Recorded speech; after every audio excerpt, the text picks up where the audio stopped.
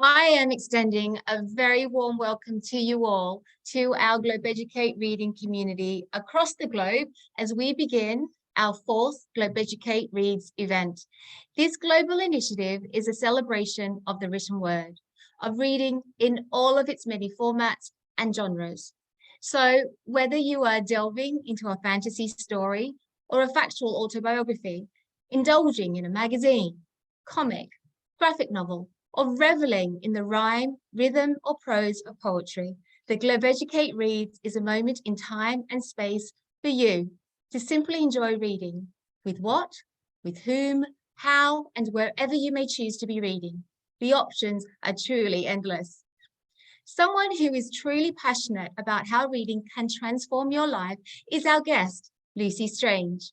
Lucy is an author and storyteller who has written award-winning novels, including Our Castle by the Sea, which was nominated for the Carnegie Medal and shortlisted for the Waterstones Book Prize in 2020.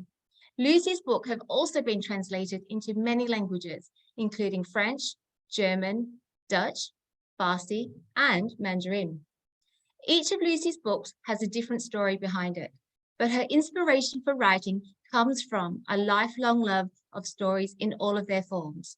Her experience as a secondary English teacher too made her want to write books that are challenging as well as substantial and gripping page turners for readers. If you have any questions you would like to ask Lucy, please do speak to your teachers and they can connect with me. So, without further ado, I am delighted to invite Lucy to the stage to officially open our Globeducate Reads 2023 event. Welcome, Lucy. Hello, thank you so much. Thank you. It is an absolute pleasure to be here with you today and to help launch Globeducate Reads 2023. So my name is Lucy Strange and I am the author of books like Secret of Nightingale Wood, Our Castle by the Sea, The Ghost of Goswater, and Sisters of the Lost Marsh. This is my latest one. It's a sort of dark, eerie fairy tale about 6 sisters growing up in the middle of this vast, eerie marshland with an ancient curse hanging over them. Now, my books aren't a series, they're all separate, standalone stories. They do have a few things in common. So they're all set in the past. They've all got dark secrets and mysteries to be discovered within them. And they've all got a little bit of magic or the supernatural bubbling away beneath the surface. I love playing with what ifs when I'm creating a story. What if ghosts were real? What if that ancient legend really did come true? So that's me. Now, what about you? Here is the big question that I think some of you might be asking yourselves. Why should I read? Why should you read? Now, I know there are plenty of bookworms amongst you all watching today, and I know you're going to be really, really excited about this wonderful celebration of reading. But I suspect there are a few of you who haven't quite caught the reading bug yet, or perhaps find reading a bit of a chore. And do you know what? Asking why read? Why should I read? Is a very sensible question if you don't like doing something and people keep telling you you should do it anyway.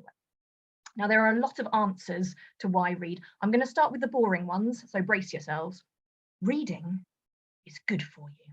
Research shows that children who choose to read, that's a really important bit, choose to read, are the most likely to be successful in their adult lives. It actually physically makes you smarter because the process of reading sparks these brand new connections in your brain. Reading builds your confidence with language, and that, my friends, is the key to opening many, many doors, both within school and the wider world beyond. But the most important reason, as we all know, is that reading is fun. Books are the ultimate virtual reality adventure, explosions of alternate existences that take place in your imagination. You can discover magical worlds, you can fight fantastical beasts, you can venture into outer space and meet talking animals, all from the comfort of your own cozy chair. Books don't need batteries or recharging. They are recyclable. You can pass them on to your friends or to charity shops. You can press pause like this. And they smell nice too. Now, for me, I think it might be a little bit like exercise. bear with me on this. I'm not naturally a very sporty person, but I know I should exercise because it's good for me. So I have found my own way in. I'm not one for going to the gym or running or team sports, although I know those things can be brilliant for other people. I have found that I love going for bike rides in the countryside. And this is a sort of exercise that for me doesn't feel like a chore. It feels wonderful. I feel free and alive, and I go whee as I go down the hills, and it's good for me. So my advice to you is, if you're not a keen reader yet, find your own way in. And that means finding the right book. Now, I want to introduce you to a very special publisher that I know called Barrington Stoke. And they make books that are super accessible and easy to get into, because that's the tricky bit, isn't it? It's the getting into it. Now, these books are short. You could read them in an evening. I've written one book for them here called Mermaid in the Mill Pond. But there are so many. They've got so many brilliant titles. They are printed on off-white paper in an eye-friendly font, and they are dyslexia-friendly, which is brilliant. They are for everyone. They've got illustrations by amazing artists. There is something for everyone, I promise you. There are funny books, there are sporty books, there are thrillers, horror, animal stories, ghost stories, there are mysteries. So oh, that's a nice spooky one there. Try asking for a Barrington Stoke book in your school library or a bookshop, or have a look online. Now is the time. Now is the time to become a bookworm. This time, right now, today, because this time is being described as a new golden age of children's literature. There are just so many brilliant, beautiful, fantastic, mind-blowing books about now for you. There is so much glorious diversity. So please ask your friends for recommendations, ask librarians, people who work in bookshops. These people will help you. There are also some really good book blogs online. One of my favorites is called thereaderteacher.com. And Scott has this fantastic tool called Book Match.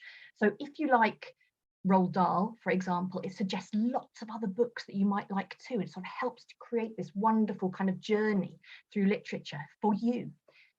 The most important thing, of course, is to enjoy it. This is reading for pleasure. It's about you letting go of the world for a while and getting lost in a fabulous story. So have fun. It is my great honour to declare Globeducate Reads 2023 officially open. And I would like to tag Nobel British International School Lagoa in Portugal. And they will be starting off this fantastic chain and exploration of reading. They will be carrying the torch and passing it on to the next Globeducate School. So thank you so much for having me today, and enjoy this wonderful celebration of reading.